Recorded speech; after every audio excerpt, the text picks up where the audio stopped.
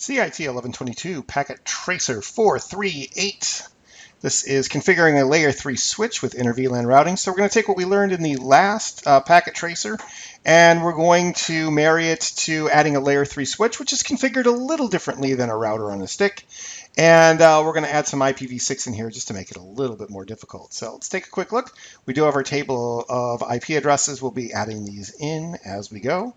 Objectives are our 3 parts. We're going to set up the layer 3 switch. We're going to configure the inter VLAN routing on that switch and the trunk port on switch 1, and we'll configure IPv6 as well. So we'll go ahead and knock it all out.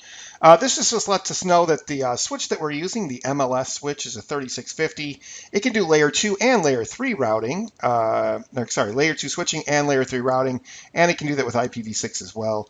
It does more packets per second than a regular router. It has a few less functions, but overall it works pretty good, and they do mention that instead of setting up particular interfaces with sub-interfaces with IP addresses, we'll just set up the IP addresses, the switch virtual interfaces will be utilized as the values that we'll use for the layer 3 switch as the gateway of the PCs. So there we go.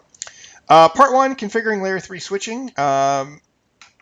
In this part, configure the G0/2, which they don't show you overtly here, but is the connection to the cloud over here. So we're going to go ahead and set that up first. So let's go ahead and go to the MLS switch, and we'll just follow the rules here.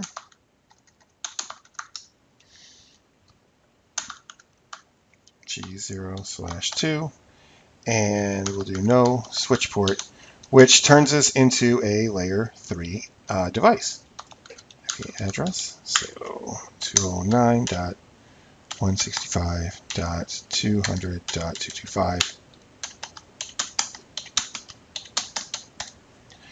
and we should be pretty good there. We'll do a no shut on that, and that should kick that interface up if it's not up already. And we can ping it as it says. We'll go ahead and ping the other side. So we're going to ping into that cloud, and whoops. My bad.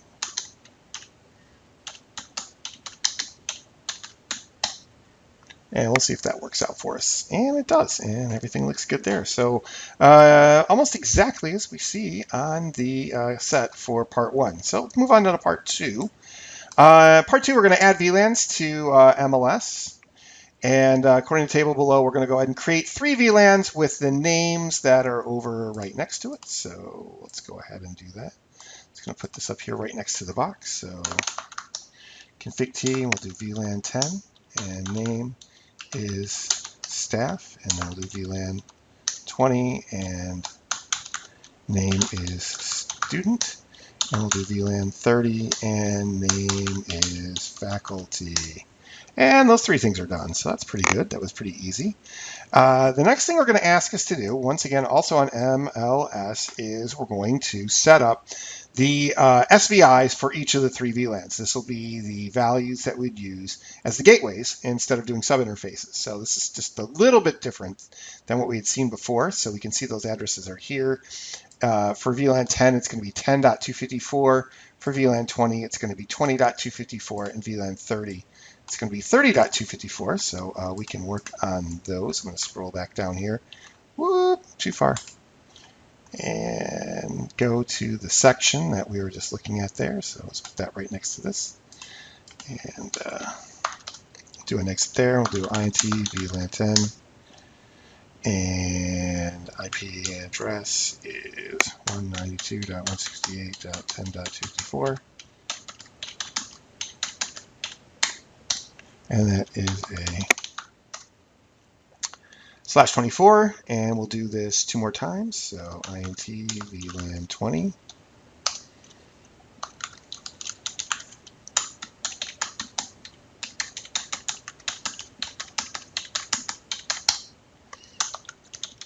Shot, and then INT VLAN 30.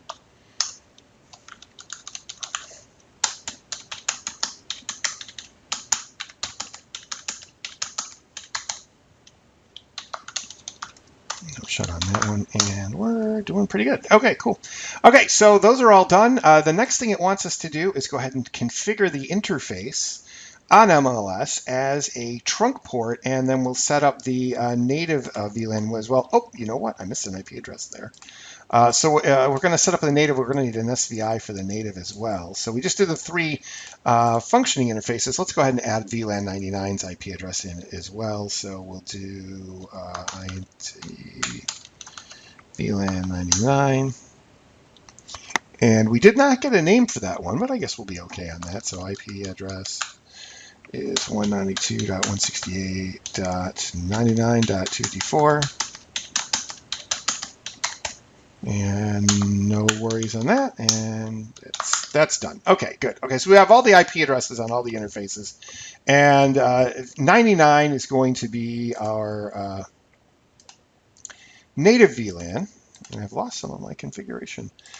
So no big deal there. So we'll change that. When we do our trunking, we'll make sure that we set up the native VLAN to 99, which is where we are here in step 3. So let's do this part next. So intg0/1 is right there.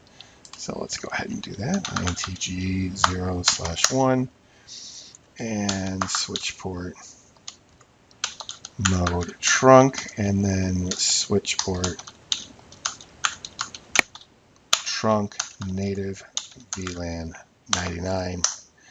And since this is a layer 3 switch, that we did the layer 2 switches every time we did VLANs in module 3 and before this, and the encapsulation being .1q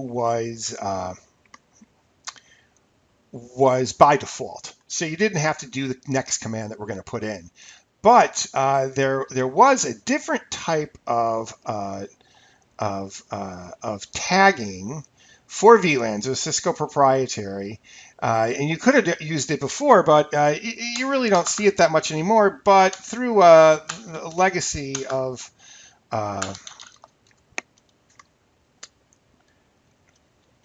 the equipment, the option has not been left, and the other option was.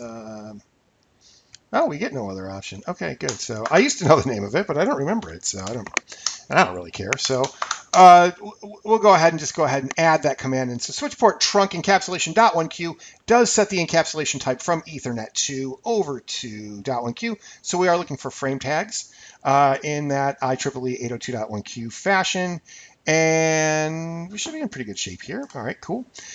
So step 4, let's go ahead and move down to step 4. Configure interface G0/1 of S1 as a trunk. So now we've got to go down to the switch here, and we're going to set the G0/1 interface, which is right here where the amber circle is at. So let's go ahead and take a look at that. intg0/1, and we'll do switch port mode trunk and switch port trunk native VLAN 99. That should be pretty good. I think that came through all right. So that should configure that. So we just did step 4, A and B right there. G0/1 is now set as a trunk link, and it has a native VLAN of 99. So we're looking good. Step 5, enable routing. We'll do show IP route, and then we'll add IP routing in for our MLS. So that is our routing device. So we go back to MLS, and we'll just do a quick exit here. And let's do a show IP route and see what we get. And we got nothing going on for the most part. So let's go ahead and configure this. Config T and IP routing to enable routing on that switch. And do show IP route now, and hey, look, a whole bunch of directly connected interfaces. That's what we were looking for. This mirrors what we see here, and move directly to step 6. So we take a look at that. It says, hey, can you ping this and that and this and that? And I believe you can at this point. I'm going to let you guys go ahead and work on that. And let's go ahead and I'm just going to go directly into the IPv6 portion and see how that goes. And so for IPv6, we have to enable IPv6 as well. This is exactly what you do on a router. So this command is the same, IPv6 unicast routing. And that's now set up. So we'll now set up the SVIs for IPv6 for VLANs 10, 20, and 30. So we'll go INT VLAN 10 and IPv6 address to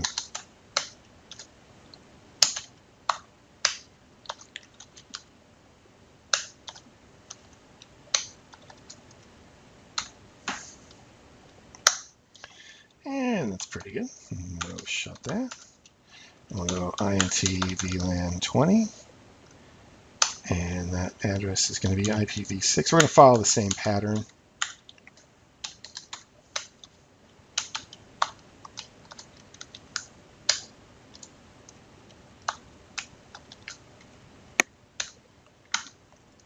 If I was to scroll back up to the top, you would see that these are correct.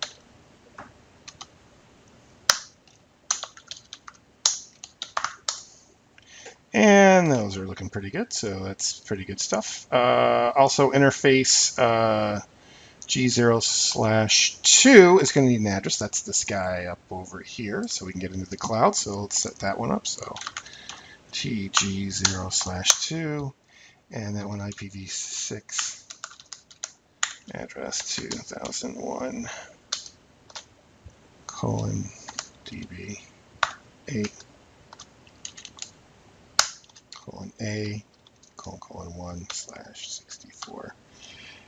And that looks like that's pretty set up. And IPv6 is now set up. We'll do a do show IPv6 route. Let's see what that looks like. And looks pretty good.